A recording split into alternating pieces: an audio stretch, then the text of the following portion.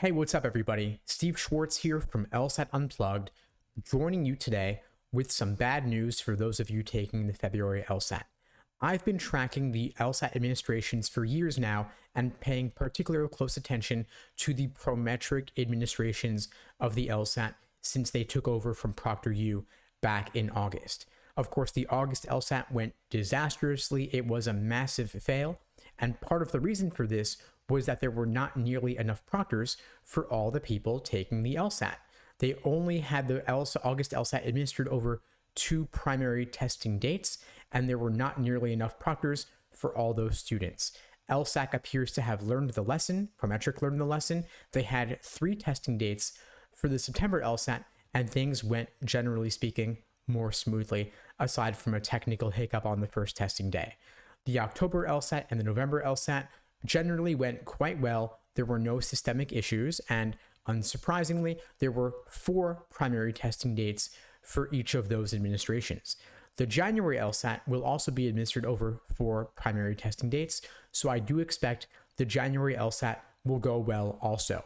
However, I'm somewhat surprised and disappointed to see that the February LSAT will be administered over only 2 primary testing dates, just like August. What that means is that the February LSAT may not have enough proctors for all the people taking that exam. Of course, maybe there will be fewer people taking the February test, and I hope there are, because that would mean the ratio of proctors to test takers might not be so unbalanced, and maybe things will go better. But if history is any guide here, I expect the February test won't go that well unless LSAC adds some more testing dates for the February LSAT administrations.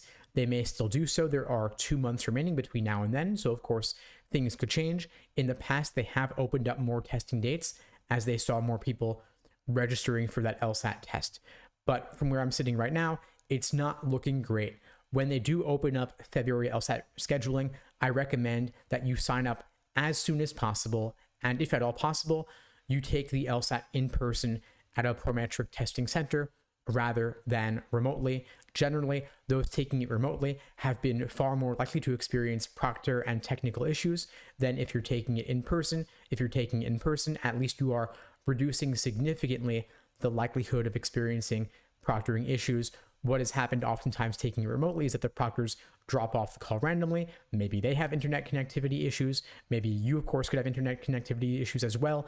But when you're taking it remotely, you might be shuffled between several different proctors who are each constantly interrupting you as they rejoin your testing administration. So I recommend, again, if you can, avoid taking it remotely and avoid taking February if at all possible. You shouldn't have to sit out the February LSAT for a reason like this, but I would look carefully to see if they're adding more testing dates as the February LSAT gets closer.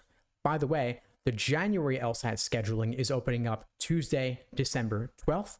I would recommend, if at all possible, you take that exam in person at a Prometric testing center, again, to minimize the likelihood of technical or proctoring issues.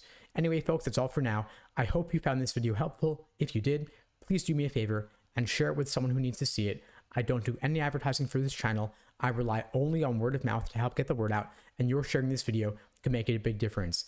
Maybe you know someone taking the February LSAT, maybe you know someone taking the January LSAT, and your sharing this video with them could help them make a more informed decision. And if you haven't already, get a copy of my book, Mastering the LSAT, available at lsatmasterybook.com. It's a great way for you to jumpstart your LSAT prep and get a quick summary of everything you need to know to get ready for the big day. In the meantime, I wish you all the best,